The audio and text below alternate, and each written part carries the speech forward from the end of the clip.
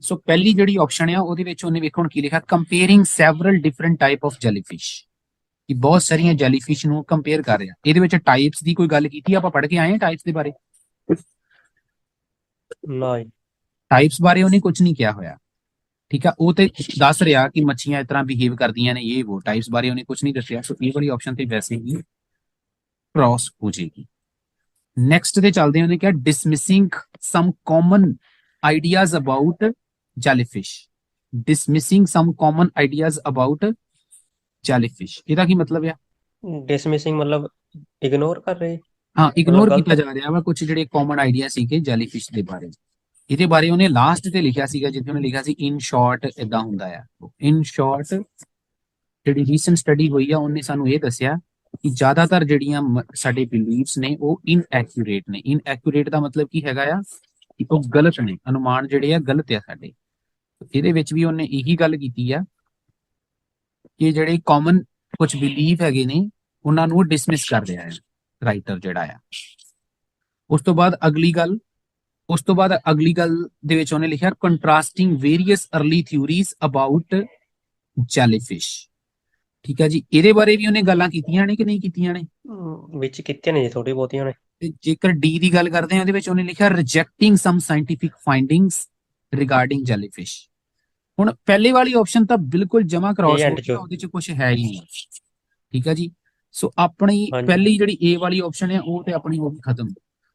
B option, ਸੀ ਤੇ D, ਇਹਨਾਂ ਤਿੰਨਾਂ ਚੋਂ ਹੋ ਸਕਦਾ ਹੈ ਆਨਸਰ ਕਿਹੜਾ ਹੋ ਸਕਦਾ ਹੈ, ਇਹ ਚੀਜ਼ ਹੁਣ ਆਪਾਂ ਦੇਖਣੀ ਹੈ। ਬੀ ਵੀ ਹੋ ਸਕਦਾ ਹੈ, ਸੀ ਵੀ ਹੋ ਸਕਦਾ, ਡੀ ਵੀ ਹੋ ਸਕਦਾ ਵਾ। ਤਿੰਨੋਂ ਹੀ ਤੁਹਾਨੂੰ ਲੱਗ ਰਹੇ ਹੋਣਗੇ। ਇੱਕ ਵਾਰੀ ਮੈਂ ਦੁਬਾਰਾ ਪੈਸੇ ਨੂੰ ਰੀਡ ਆਊਟ ਕਰਦਾ ਹਾਂ।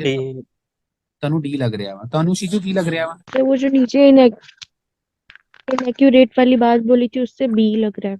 उससे बी लग रहा है। आपको क्या लग रहा है दिलप्रीत? बी लग रहा है। ਹੁਣ ਦੇਖੋ ਜਿਹੜੀ ਡੀ ਦੀ ਤੁਸੀਂ ਗੱਲ ਕਰ ਰਹੇ ਹੋ ਨਾ, ਕੀ ਨਾਮ ਸੀਗਾ ਤੁਹਾਡਾ? ਹਰਗੁਣ। ਇੱਧਰ ਦੇਖੋ, ਡੀ ਦੇ ਵਿੱਚ ਉਹਨੇ ਕਿਹਾ ਰਿਜੈਕਟ ਕੀਤਾ ਹੋਇਆ ਵਾ। ਕਿਸ ਚੀਜ਼ ਨੂੰ ਰਿਜੈਕਟ ਕੀਤਾ ਆ? ਸਾਇੰਟੀਫਿਕ ਫਾਈਂਡਿੰਗਸ ਨੂੰ। ਸਾਇੰਟੀਫਿਕ ਫਾਈਂਡਿੰਗਸ ਨੂੰ ਰਿਜੈਕਟ ਕੀਤਾ। ਬੀ ਤੇ ਡੀ ਚ ਕਨਫਿਊਜ਼ਨ ਹੈ, ਸੀ ਵਾਲਾ ਆਨਸਰ ਨਹੀਂ ਹੈਗਾ ਬਿਲਕੁਲ ਵੀ, ਕਿਉਂਕਿ ਇਹਦੇ ਵਿੱਚ ਕੋਈ ਥਿਊਰੀਆਂ ਜਿਹੜੀਆਂ ਵਾ ਉਹਨਾਂ ਨੂੰ ਵੀ ਕੰਟਰਾਸਟ ਕਰਨ ਦੀ ਕੋਸ਼ਿਸ਼ ਬਿਲਕੁਲ ਨਹੀਂ ਕੀਤੀ ਹੋਈ। ਉਹ ਸਿਰਫ ਤੇ ਸਿਰਫ ਕਹਿ ਰਿਹਾ ਵਾ, ਬਿਲੀਫ ਸੀਗੇ, ਥਿਊਰੀਆਂ ਨਹੀਂ ਸੀਗੀਆਂ, ਬਿਲੀਫ ਸੀਗੇ ਕਿ ਇਦਾਂ ਹੁੰਦਾ ਆ, ਇਦਾਂ ਹੁੰਦਾ ਆ। ਠੀਕ ਹੈ, ਜੈਲੀਫਿਸ਼ ਜਿਹੜੀਆਂ ਨੇ ਉਹ ਇਨਸਾਨਾਂ ਵਾਂਗੂ ਸੌ ਜਾਂਦੀਆਂ ਨੇ, ਕੁਝ ਇਦਾਂ ਦੀਆਂ ਗੱਲਾਂ। ਠੀਕ ਹੈ, ਤੇ ਐਂਡ ਤੇ ਜਾ ਕੇ ਉਹਨੇ ਕਿਹਾ ਸੀ ਇਹ ਸਾਰੇ ਜਿਹੜੇ ਬਿਲੀਫ ਆ ਇਹਨਾਂ ਸਾਰਿਆਂ ਨੂੰ ਅਸੀਂ ਉਹ ਜ਼ਿਆਦਾਤਰ ਜਿਹੜੇ ਉਹ ਇਨਐਕੂਰੇਟ ਹੁੰਦੇ ਆ। ਲੇਕਿਨ ਇੱਥੇ ਉਹ ਬਿਲੀਫ ਨਹੀਂ ਕਹਿ ਰਿਹਾ, ਇੱਥੇ ਕਹਿ ਰਿਹਾ ਸਾਇੰਟੀਫਿਕ ਫਾਈਂਡਿੰਗਸ ਨੂੰ ਰਿਜੈਕਟ ਕਰ ਰਿਹਾ। ਸਾਇੰਟੀਫਿਕ ਫਾਈਂਡਿੰਗ ਤੇ ਕਾਮਨ ਬਿਲੀਫ, ਕਾਮਨ ਆਈਡੀਆਜ਼, ਬਸ ਇਸੇ ਗੱਲ ਦੇ ਉੱਪਰ ਤੁਸੀਂ ਸਮਝਣਾ ਸੀਗਾ ਕਿ ਇਹਨਾਂ ਦੋਨਾਂ ਦੇ ਵਿੱਚੋਂ ਜਿਹੜਾ ਉਹਨੇ ਲਾਸਟ ਤੇ ਲਿਖਿਆ ਨਾ ਇਨ ਸ਼ਾਰਟ, ਇਹ ਦੇਖੋ ਇਨ ਸ਼ਾਰਟ ਰੀਸੈਂਟ ਸਟੱਡੀ ਨੇ ਸਾਨੂੰ ਸ਼ੋ ਕੀਤਾ ਵਾ ਮੈਨੀ of hour established belief about jellyfish ਵਰ ਇਨਐਕੂਰੇਟ। ਸੋ ਆਨਸਰ ਇਹਦਾ ਬੀ ਆ। ਸਮਝ ਲੱਗੀ ਗੱਲ? ਠੀਕ ਹੈ ਜੀ। ਠੀਕ ਹੈ, ਇੱਥੇ ਆ ਜਿਹੜੀ ਐਸਟੈਬਲਿਸ਼ਡ ਬਿਲੀਫ ਆ ਨਾ, ਇਹਨੂੰ ਆਪਾਂ ਸਾਇੰਟੀਫਿਕ ਫਾਈਂਡਿੰਗਸ ਨਹੀਂ ਮੰਨ ਸਕਦੇ, ਇਹ ਧਾਰਨਾਵਾਂ ਹੈਗੀਆਂ ਆ। ਬਿਲੀਫ ਦਾ ਮਤਲਬ ਕਾਮਨ ਆਈਡੀਆਜ਼ ਹੈਗੇ ਆ। ਸਮਝ ਗਏ ਗੱਲ? ਇਹ ਵੇਖੋ, ਇਹ ਕਾਮਨ ਆਈਡੀਆਜ਼ ਨੇ, ਇਹ ਸਾਇੰਟੀਫਿਕ ਬਿਲੀਫ ਹੈ। ਲੇਕਿਨ ਇਹਨਾਂ ਦੇ ਵਿੱਚੋਂ ਜੇਕਰ ਆਪਾਂ ਗੱਲ ਕਰੀਏ ਤੇ ਫਿਰ ਕਾਮਨ ਬਿਲੀਫ ਵਾਲੀ ਗੱਲ ਜਿਹੜੀ ਉਹ ਜ਼ਿਆਦਾ ਸੂਟ ਕਰਦੀ ਹੈ। ਸੋ ਇਸ ਕਰਕੇ ਇਹਦਾ ਆਨਸਰ ਆ ਜਾਊਗਾ ਬੀ। ਹੋਪਫੁਲੀ ਤੁਹਾਨੂੰ ਸਮਝ ਆਇਆ ਹੋਊਗਾ ਕਿੱਦਾਂ ਕਰਨੇ ਆ। ਟਾਈਮ ਕੰਜ਼ਿਊਮਿੰਗ ਜ਼ਰੂਰ ਆ, ਬਟ ਇਹਦਾ ਕੋਈ ਸ਼ਾਰਟਕਟ ਨਹੀਂ ਹੈਗਾ ਜੀ। ਨੈਕਸਟ ਕੁਐਸਚਨ ਤੇ ਚੱਲਦੇ ਆਪਾਂ। ਉਹਦੇ ਚ ਉਹਨੇ ਲਿਖਿਆ what does writer conclude in the 5th paragraph. ਹੁਣ ਇਹਦਾ ਮਤਲਬ ਕੀ ਹੋਇਆ? ਆਪਾਂ ਕਨਕਲੂਡ ਕਰਨਾ ਕਿ 5th ਪੈਰਾਗ੍ਰਾਫ ਚ ਕਨਕਲੂਜਨ ਕੀ ਕੱਢਿਆ ਉਹਨੇ ਆਪਣੇ ਲਈ। ਉਹਨੇ ਬਹੁਤ ਸਾਰੀਆਂ ਗੱਲਾਂ ਕੀਤੀਆਂ ਹੋਣਗੀਆਂ ਵਿੱਚ ਵਿਚਾਲੇ, ਇਦਾਂ ਕਿਹਾ, ਇਦਾਂ ਕਿਹਾ, ਇਦਾਂ ਕਿਹਾ। ਆਪਣੀ ਕਨਕਲੂਜਨ ਬਹੁਤ ਇੰਪੋਰਟੈਂਟ ਆ। ਸੋ ਕਨਕਲੂਜਨ ਦਾ ਮਤਲਬ ਕਿਤੇ ਨਾ ਕਿਤੇ ਲਾਸਟ ਤੇ ਜਾ ਕੇ ਗੱਲ ਕਲੀਅਰ ਕੀਤੀ ਹੋਏਗੀ ਉਹਨੇ, ਜੋ ਵੀ ਉਹਦਾ ਰਿਜ਼ਲਟ ਕੱਢਿਆ ਹੋਊਗਾ। ਸੋ ਆਪਾਂ ਨੂੰ ਆਹ ਵਾਲੀਆਂ ਆਪਸ਼ਨਾਂ ਪੜ੍ਹਨ ਦੇ ਵਿੱਚ ਕੋਈ ਬੈਨੀਫਿਟ ਨਹੀਂ ਹੈਗਾ। ਆਪਾਂ ਬਿਲਕੁਲ ਵੀ ਆਹ ਵਾਲੀਆਂ ਆਪਸ਼ਨਸ ਜਿਹੜੀਆਂ ਵਾ ਉਹ ਰੀਡ ਆਊਟ ਨਹੀਂ ਕਰਨੀਆਂ। ਆਪਾਂ ਸਿੱਧੇ ਤੇ ਸਿੱਧਾ ਜਾਣਾ ਆ 5th ਪੈਰਾਗ੍ਰਾਫ ਚ। 5th ਪੈਰਾਗ੍ਰਾਫ ਓਬਵੀਅਸਲੀ ਉਸ ਤੋਂ ਅੱਗੇ ਹੋਣਾ ਚਾਹੀਦਾ ਜਿਹੜਾ ਆਪਾਂ ਹੁਣੇ ਪੜ੍ਹ ਕੇ ਹਟੇ ਆ। ਠੀਕ ਹੈ, ਇਹ 4th ਪੈਰਾਗ੍ਰਾਫ ਸੀਗਾ ਤੇ ਇਹ ਹੈਗਾ ਆਪਣਾ 5th ਪੈਰਾਗ੍ਰਾਫ। ਹੁਣ ਇਹਨੂੰ ਪੜ੍ਹ ਕੇ ਦੇਖੋ, ਪਹਿਲੀ ਲਾਈਨ ਦੇ ਵਿੱਚ ਉਹਨੇ ਕੱਟ ਕੀਤਾ ਇਸ ਨੂੰ ਦੋ ਲਾ ਕੇ ਕਿ ਇਹ ਹਾਰਮਲੈਸ ਨਹੀਂ ਹੁੰਦੀਆਂ, ਹਾਰਮਲੈਸ ਨਹੀਂ ਹੁੰਦੀਆਂ। ਸੌਰੀ, ਇਹਨੇ ਵੇਖੋ ਕਿੰਨਾ ਕਿੰਨਾ ਬੇਵਕੂਫ ਬਣਾਉਣ ਦੀ ਕੋਸ਼ਿਸ਼ ਕੀਤੀ ਹੈ। ਹੁਣ ਇਸ ਗੱਲ ਨੂੰ ਧਿਆਨ ਨਾਲ ਸਮਝੋ। ਹਾਰਮਲੈਸ, ਦੇ ਆਰ ਨਾਟ ਹਾਰਮਲੈਸ, ਮਤਲਬ ਇਹ ਹਾਰਮਲੈਸ ਨਹੀਂ ਹੁੰਦੀਆਂ, ਹਾਰਮਲੈਸ ਨਹੀਂ ਹੁੰਦੀਆਂ। ਇਹਦਾ ਕੀ ਮਤਲਬ ਬਣਦਾ? मतलब हार्म कर सकती हैं। ਹਾਂ, ਮਤਲਬ ਇਹ ਹਾਰਮ ਕਰ ਸਕਦੀਆਂ। हार्म कर सकती हैं। ਦੇ ਨਾਲ ਬੇਵਕੂਫ ਬਣਾਉਣ ਦੀ ਕੋਸ਼ਿਸ਼ ਕਰ ਰਿਹਾ ਬੱਚਿਆਂ ਨੂੰ। कि हार्मलेस नहीं ਹੁੰਦੀਆਂ कि स्टूडेंट ਨੂੰ ਲੱਗੇ हार्म। तो सर एक तरीके से यहाँ पे उसने उसकी नेगेटिव बात करी है, फिर नीचे उसने पॉजिटिव बात करी है कि वो मेडिसिन वगैरह में यूज होता है, हाँ यहाँ पे देखो ਇਹਦੇ ਵਿੱਚ ਸਾਰੀ ਉਹ 네ਗੇਟਿਵ ਗੱਲ ਕਰ ਰਿਹਾ ਵਾ ਜੇਕਰ और ਆਪਾਂ ਇਹਦਾ फिर ਸਾਰਾ लास्ट में ये बोला इन द कॉम्प्लेक्स रिलेशन। ਹਾਂ ਕਿ ਇਦਾਂ ਇਦਾਂ ਕਰਕੇ ਇਹ ਸਾਰਾ ਕੁਝ ਕਰ ਸਕਦੀਆਂ ਨੇ, ਠੀਕ ਹੈ, ਨੁਕਸਾਨ ਪਹੁੰਚਾ ਸਕਦੀਆਂ ਨੇ ਇਥੋਂ ਤੱਕ। ਫਿਰ ਉਸ ਤੋਂ ਬਾਅਦ on the other hand contrast marker use ਕੀਤਾ ਜਾਣੇ ਕਿ ਉੱਪਰ ਵਾਲੀ ਗੱਲ ਨੂੰ ਹੁਣ ਫੇਰ ਕੱਟਣ ਦੀ ਕੋਸ਼ਿਸ਼ ਕਰ ਰਿਹਾ। Cell jellyfish are source of medical, ਕੁਝ ਨੇ ਲਿਖਿਆ used in surgery, wound dressing, ਇਦਾਂ ਕੁਝ ਸਰਜਰੀ Collagen। ਵਗੈਰਾ ਚ ਵੀ ਉਸੇ ਹੀ ਗੱਲ ਨੂੰ ਫੇਰ ਅੱਗੇ ਵਧਾਇਆ Animal ਹੋਇਆ ਵਾ testing। ਕਿਦਾਂ ਇਨ ਐਡੀਸ਼ਨ ਲਾ ਕੇ, ਕਿ ਜਿਹੜੀ ਗੱਲ ਇਹ ਕੰਟੀਨਿਊ ਕਰ ਰਿਹਾ ਵਾ, ਜਿਹੜੀ ਗੱਲ ਇਹ ਕੰਟੀਨਿਊ ਕਰ ਰਿਹਾ ਉਸੇ ਹੀ ਗੱਲ ਨੂੰ ਅੱਗੇ ਵਧਾਇਆ ਹੋਇਆ ਇਨ ਐਡੀਸ਼ਨ ਲਾ ਕੇ। ਫਿਰ ਉਸ ਤੋਂ ਬਾਅਦ ਉਹਨੇ ਪ੍ਰੋਟੀਨ ਵਗੈਰਾ ਦੀ ਗੱਲ ਕੀਤੀ ਆ, ਜਾਣੇ ਕਿ ਇਹਦੇ ਵਿੱਚ ਇਹ ਬੈਨੀਫਿਟ ਦੱਸਣੇ ਸਟਾਰਟ ਕਰਤੇ ਉਹਨੇ, ਜਿਹੜੀ ਅਲਜ਼ਾਈਮਰ ਬਿਮਾਰੀ ਹੁੰਦੀ ਹੈ ਉਹਦੇ ਨਾਲ ਕਿਦਾਂ ਆਪਾਂ ਲੜ ਸਕਦੇ। ਫਿਰ ਉਸ ਤੋਂ ਬਾਅਦ ਉਹਨੇ ਇਹਦਾ ਸਾਰਾਂਸ਼ ਕੱਢਿਆ, ਦਸ relationship with jellyfish is complex as there are range of problem है, डिसीज है। तो जाने कि Indeed, ਇਹਦੇ ਪੋਜ਼ਿਟਿਵ ਇਹਦੇ 네ਗੇਟਿਵ ਵੀ ਹੈਗੇ ਆ, ਇਹਦੇ ਪੋਜ਼ਿਟਿਵ ਵੀ ਹੈਗੇ ਆ, ਤੇ ਇਹਦੇ ਰਿਲੇਸ਼ਨਸ਼ਿਪ ਕਹਿੰਦਾ ਕਾਫੀ ਜ਼ਿਆਦਾ ਗੁੰਝਲਦਾਰ ਹੈਗੇ ਆ। पॉजिटिव भी है। तो ਆ ਸਾਡੇ ਵਾਸਤੇ ਬਹੁਤ ਇੰਪੋਰਟੈਂਟ ਸ਼ਬਦ ਆ। हम्म। ਹੁਣ तो ਇਹਨੂੰ ਦੇਖਦੇ ਹਾਂ, एडवांटेजेस एंड डिसएडवांटेजेस दोनों है। ਦੱਸੋ ਜੀ ਕੀ ਹੋਊਗਾ ਇਹਦਾ, ਤੁਸੀਂ ਦੱਸੋ ਦਿਲਪ੍ਰੀਤ, ਪੜ੍ਹ ਲਓ ਇਹਨੂੰ ਆਪਸ਼ਨ ਨੂੰ, ਚਾਰ ਆਪਸ਼ਨ ਚੋਂ ਕੀ ਆਊਗਾ ਇਹਨਾਂ ਚੋਂ। jellyfish have सर मुझे तो advantages ए and लग रहा है। disadvantages, human have a hideous serious negative impacts on jellyfish, jellyfish will cause a problem for human in future, human and jellyfish are fundamentally similar। ਦੱਸੋ ਕੀ ਹੋਊਗਾ। ਹਾਂਜੀ ਇਹ option ਹੋਊਗੀ ਸਰ। ਇਹ ਆਪਸ਼ਨ ਹੋਣੀ ਚਾਹੀਦੀ ਹੈ। ਓਕੇ, ਤੁਹਾਡੇ ਅਕੋਰਡਿੰਗਲੀ ਦਿਲਪ੍ਰੀਤ ਇਹ ਤਾਂ ਹੈ ਜੀ। ਇਹ ਆਪਸ਼ਨ ਹੀ ਹੈ ਇਹਦੀ, ਕਿਉਂਕਿ ਇਹਦੇ ਵਿੱਚ ਉਹਨੇ ਕਲੀਅਰਲੀ ਲਿਖਿਆ ਕਿ ਇਹਦੇ ਫਾਇਦੇ ਵੀ ਹੈ ਤੇ ਨੁਕਸਾਨ ਵੀ ਹੈ। ਬਾਕੀ ਆਪਸ਼ਨਸ ਕਿਉਂ ਨਹੀਂ ਨੇ ਉਹਨੂੰ ਸਮਝਣ ਦੀ ਕੋਸ਼ਿਸ਼ ਕਰੋ, ਟਰੂ ਫਾਲਸ ਬਣਾ ਲਓ। ਇਹਦਾ ਸੀਰੀਅਸ 네ਗੇਟਿਵ ਇੰਪੈਕਟ ਹੈਗੇ ਆ, ਇਸ ਗੱਲ ਨੂੰ ਉਹਨੇ ਕਿੱਦਾਂ ਕੱਟ ਕੀਤਾ ਦੇਖੋ ਇੱਥੇ, they can cause a serious allergic reaction in some people, ਕੁਝ ਲੋਕਾਂ ਨੂੰ ਇਹ ਕਰ ਸਕਦੀ ਆ, ਠੀਕ ਆ। ਲੇਕਿਨ ਇੱਥੇ ਉਹਨੇ ਕੀ ਲਿਖਿਆ ਸੀਗਾ, human have had a serious impact on, ਇਹਦੇ ਚ ਉਲਟਾ ਲਿਖ ਰਿਹਾ ਉਹ, ਕਹਿੰਦਾ ਹਿਊਮਨ ਦੇ ਇਹਦੇ ਤੇ ਜੈਲੀਫਿਸ਼ ਤੇ 네ਗੇਟਿਵ ਇੰਪੈਕਟ ਹੋ ਸਕਦੇ ਆ। ਇਹ ਨਹੀਂ ਕਹਿ ਰਿਹਾ ਕਿ ਜੈਲੀਫਿਸ਼ ਦੇ ਇਨਸਾਨ ਤੇ ਹੋ ਸਕਦੇ, वो कह रहा है ह्यूमन जेड़ा आ ओदे तो नेगेटिव, सर ये फॉल्स में आएगा अगर ऐसा लिखा हो। मतलब ये नहीं आऊगी ना ऑप्शन, ये क्रॉस होगी साडी। नहीं अगर हम ट्रू फॉल्स नॉट गिवन करें तो मेरी गल समझो ध्यान नाल, ਹੁਣ ਤੇ ਆਪਾਂ ਨੂੰ ਸਿੱਧਾ ਸਿੱਧਾ ਪਤਾ ਚੱਲ ਗਿਆ ਕਿ ਐਡਵਾਂਟੇजेस ਡਿਸਐਡਵਾਂਟੇजेस, ਕਈ ਕੁਐਸਚਨ ਇਹੋ ਜਿਹੇ ਵੀ ਹੋਣਗੇ ਜਿਨ੍ਹਾਂ ਦੇ ਵਿੱਚ ਤੁਹਾਨੂੰ ਸਾਰੀਆਂ ਆਪਸ਼ਨਾਂ ਲੱਗੀ ਜਾਣਗੀਆਂ, ਤੇ ਫਿਰ ਤੁਸੀਂ ਇਹਨੂੰ ਟਰੂ ਫਾਲਸ ਸਮਝ ਕੇ ਕਰੋਗੇ ਤੇ ਤਾਂ ਹੀ ਤੁਹਾਡਾ ਸਹੀ ਹੋਣਾ। ਹੁਣ ਇਹਦੇ ਵਿੱਚ ਵੇਖੋ ਹਿਊਮਨ ਦਾ नेगेटिव इंपैक्ट पैंदा है जेलीफिश सर मैं वो बात समझ गई, बट मेरा क्वेश्चन ये है, फॉर एन एग्जांपल मान लो अगर ये क्वेश्चन ट्रू फॉल्स या नॉट गिवन में ये लाइन होती तो ये फॉल्स के अंडर आती या नॉट गिवन में आती। हाँ उसमें क्वेश्चन में, अब क्वेश्चन में क्या लिखा था उसने, ये मान लो अगर ट्रू फॉल्स, इसको अगर आप ट्रू फॉल्स नॉट गिवन मान रहे हो और उसको पैसेज में मान रहे हो तो ऑफ कोर्स जो है वो फॉल्स हो जाएगी ना।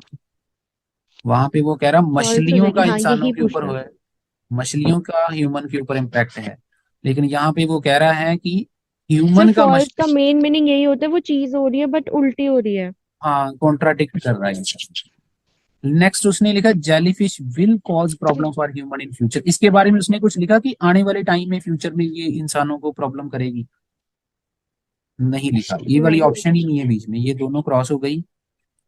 लास्ट में उसने लिखा कि इन दोनों के फंडामेंटल जो है वो सिमिलर होते हैं, ह्यूमन के भी और जेलीफिश के भी, तो इसके बारे में भी उसने कुछ नहीं लिखा है। ये वाली दोनों ऑप्शंस के बारे में कुछ नहीं लिखा था। ऑप्शन बी और ए में कंफ्यूजन बनती है अगर कोई स्टूडेंट इसके राइट आंसर तक पहुंचता, तो इसका आंसर क्या आएगा, ए। नेक्स्ट पे चलते हैं, उसने लिखा है what is the main point in the 6th paragraph. अब हमें ये नीचे वाली ऑप्शंस बिल्कुल नहीं पढ़नी है, हमने सीधा जाना है पैराग्राफ में, ठीक है जी। तो पैराग्राफ में पढ़ के देखो क्या लिखा है इसने, क्वेश्चन क्या था, व्हाट उसने इज कहा द कि मेन पॉइंट क्या है 6th पैराग्राफ में, ठीक है। अब पढ़ के देखते हैं इसको, पहले थोड़ी सी समरी बनाएंगे इसकी। कहते हैं जेलीफिश हैव एग्जिस्टेड मोर और less unchanged for at least 500 million years. Okay, ये मतलब कह रहा है कि ये कितना टाइम तक जिंदा रही, ये कुछ बता रहा है, साल बता रहा है। साइंटिस्ट रिकग्नाइज दैट, साइंटिस्ट को क्या लगा, उन्होंने क्या रिकग्नाइज किया है कि over the planets history there have been 3 major extinctions events connected with the changing environmental conditions. तो कहता है कि जो हमारा ये धरती है इसके ऊपर 3 मेजर एक्सटिंक्शन मतलब होता है किसी चीज की खात्मा हो जाना। तो 3 इवेंट्स ऐसे हुए हैं, ठीक है, जिसका कनेक्शन था क्लाइमेट चेंज के साथ, एनवायरमेंटल कंडीशन के साथ। तो फिर इसने क्या कहा है आगे, साइंटिस्ट को क्या लगता था, टुगेदर टुगेदर उसके बाद इसने कॉमा डाल दिया है, टुगेदर के बाद कॉमा डाल दिया है, together these 99% destroyed of all life. ये जो 3 मेजर एक्सटिंक्शन हुए थे इसने 99% लाइफ को पूरी तरह से खत्म कर दिया था।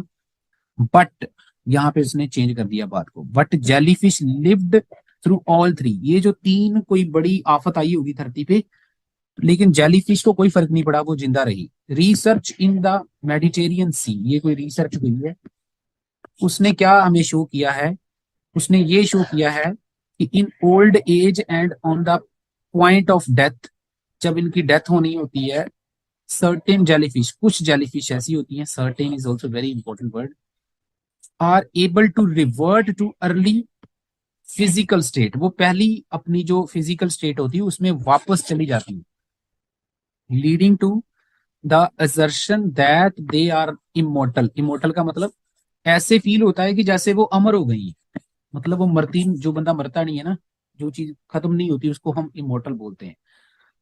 अब आगे उसने एक कंट्रास्ट मार्कर यूज किया है, वाइल दिस में नॉट टेक्निकली बी ट्रू, कहता है ये बात टेक्निकली सच नहीं है, it is certainly an extra ordinary discovery. ये बहुत ही कहता जबरदस्त डिस्कवरी की गई है कि कुछ मछलियां जो हैं वे जिंदा अमर हो जाती हैं जब वो लास्ट स्टेज पे जाती हैं। तो व्हाट इज मोर, आगे इसने इसके बारे में और लिखा है, इसी थ्योरी को कंटिन्यू कर रहा था। ओशन टुडे कंटेन 30% मोर पॉइजन, आजकल 30% ज्यादा जहर आ चुका है पानी में समुद्र के, देन डिड 100 years ago, 100 साल पहले जितना जहर था उससे ज्यादा 30% ज्यादा बढ़ चुका। इससे क्या हो रहा है, causing problem for numerous species, इससे बहुत सारी स्पीशीज को प्रॉब्लम हो रही है, बट नॉट जेलीफिश। ठीक है, उसके बाद उसने कॉमा डाल के लिख दिया कि even thrive in more acidic water, वो जिंदा रह सकती हैं चाहे जितना मर्जी पानी एसिडिक हो, वो फिर भी जिंदा रह सकती हैं। Jellyfish throughout their long history have shown themselves to be remarkable resilient. Resilient होता है किसी चीज से लड़ने की ताकत होना, जैसे बैक्टीरियाज होते हैं ना, कई बार हम मेडिसिन खाते हैं तो वो रेजिलिएंट होते हैं, रेजिलिएंट मतलब उनका कोई असर नहीं होता है, तो वही चीज वो जेलीफिश को कह रहा है। ठीक है, समझ में आ गया। अब हम पैसेज में क्वेश्चन में चलते हैं और देखते हैं क्या कह रहा है। 4 ऑप्शन हमारे सामने हैं, 1 मिनट में इसको थोड़ा नीचे कर दूं यार। ये देखो क्या कहा है उसने, jellyfish may have once inhabited dry land, कि शायद वो कोई जो सूखी जगह वहां पे भी एक बारी रह चुकी हैं, ऐसा उसने कुछ लिखा है क्या? हेलो, जी सर है नहीं। नहीं लिखा। नहीं नहीं सर, सर सर है। ओके जी, उस तो बाद उन्होंने लिखा नहीं जेलीफिश लिखा। Improve the environment they live in, इसके बारे में कुछ लिखा है?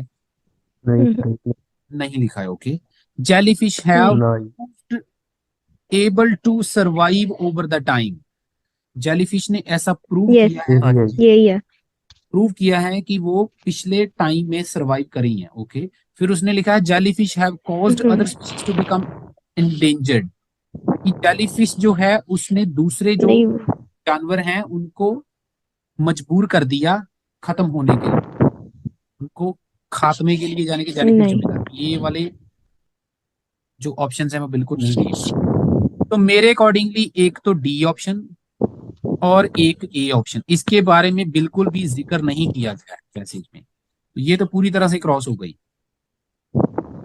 बी ऑप्शन भी क्रॉस हो गई, डी ऑप्शन भी क्रॉस हो गई हमारी। अब हमारे पास क्या बचा है, अब हमारे पास बचा है बी और सी ऑप्शन। यहाँ पे हम लोगों ने जल्दबाजी नहीं करनी, बी ऑप्शन भी हो सकता है, डी ऑप्शन भी हो सकता है। डी ऑप्शन के ज्यादा चांसेस लग रहे हैं कि डी ऑप्शन हो जाएगा। इसको कंफर्म करने के लिए एक बारी हम दोबारा जाएंगे पैसेज में और अच्छे से कंफर्म करेंगे, इसको एज ए ट्रू फॉल्स लेंगे और देखेंगे कि दोनों में से बेस्ट कौन सा टाइटल सूट करता है। बी भी हो सकता है, सी भी हो सकता है। बी में उसने लिखा है jellyfish improve the environment they live in, कि वो जिस एनवायरमेंट में रहती हैं कि वो जिस एनवायरनमेंट में रहती हैं वो इम्प्रूव अपना कर देती है।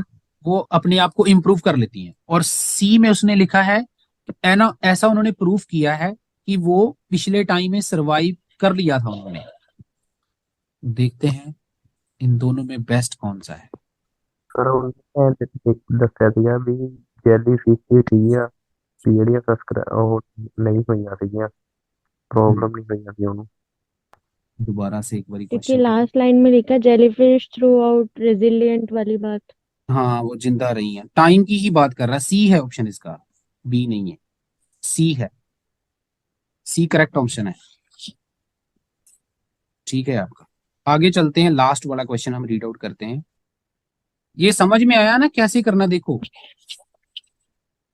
ये जो ऑप्शंस हैं कैसे क्रॉस आउट करनी, कैसे हमने दो ऑप्शंस के ऊपर फोकस करना है, समझ में आया कि नहीं आया? मैं ये चीज आपको समझाने की कोशिश कर रहा हूँ। सॉल्व करने से कुछ नहीं होगा, मैं स्क्रीन के ऊपर सॉल्व करी जाऊँ उससे आपको कोई बेनिफिट नहीं है। आपको सीखनी है ये चीजें, ये आपने कैसे करनी है। समझ में आया कि सर नहीं आ रहा लेकिन है? एग्जाम टाइम में इतना टाइम नहीं होता ना डिटेल में पढ़ने का, तब क्या करें? मेरी बात सुनो ना, आप लोगों को पढ़ना कैसे, मैंने वही तो सिखाने की कोशिश कर रहा हूँ कि आपने ये सारी डिटेल्स नहीं पढ़नी। आपने मेन मेन वर्ब्स, जैसे जेलीफिश का स्टार्टिंग में लिखा था एग्जिस्टेड, इतने साल तक जिंदा रही, ओके। फिर उसके बाद कोई प्लेनेट हिस्ट्री के बारे में ये बता रहा है कि 3 इवेंट्स आए, उसमें से क्या हुआ, 99% दुनिया खत्म हो गई थी, लेकिन उसके बाद जेलीफिश ने सरवाइव किया तीनों में। फिर उसने कुछ, क्या कोई रिसर्च हुई है, ऐसे ऐसे अंडरलाइन करके आपने पढ़ना है। ये थोड़ी है कि आप एक एक सेंटेंस पढ़ते जाओगे, मेन मेन चीजें पढ़नी है आपने और उसको दिमाग में रख के फिर उसको रन थ्रू करना है। अभी तो मैं आपको साथ साथ में एक्सप्लेन कर रहा हूं ना, तो तब टाइम लगेगा ही ना। अगर हम सिर्फ सॉल्व करेंगे, डेफिनेटली आप लोगों ने मेरे से पहले फाइंड आउट कर लिया इसका आंसर कि सर इसका आंसर जो है वो सी है। फुली आप लोगों को ये लेसन काफ़ी हेल्पफुल लगा होगा। जिन स्टूडेंट्स को एमसीक्यू में दिक्कत आती है उनको ये लेसन मैंने बहुत अच्छे तरीके से समझाया है कि कैसे आपको सॉल्व करने हैं, कैसे आपको कौन सी चीज़ अंडरलाइन करनी है। और जिन स्टूडेंट्स को ऑनलाइन क्लासेस चाहिए, नंबर आपको स्क्रीन के ऊपर दिख रहा है, आप मेरे साथ कांटेक्ट कर सकते हैं। थैंक यू सो मच, मिलते हैं बहुत जल्द नेक्स्ट वीडियो में।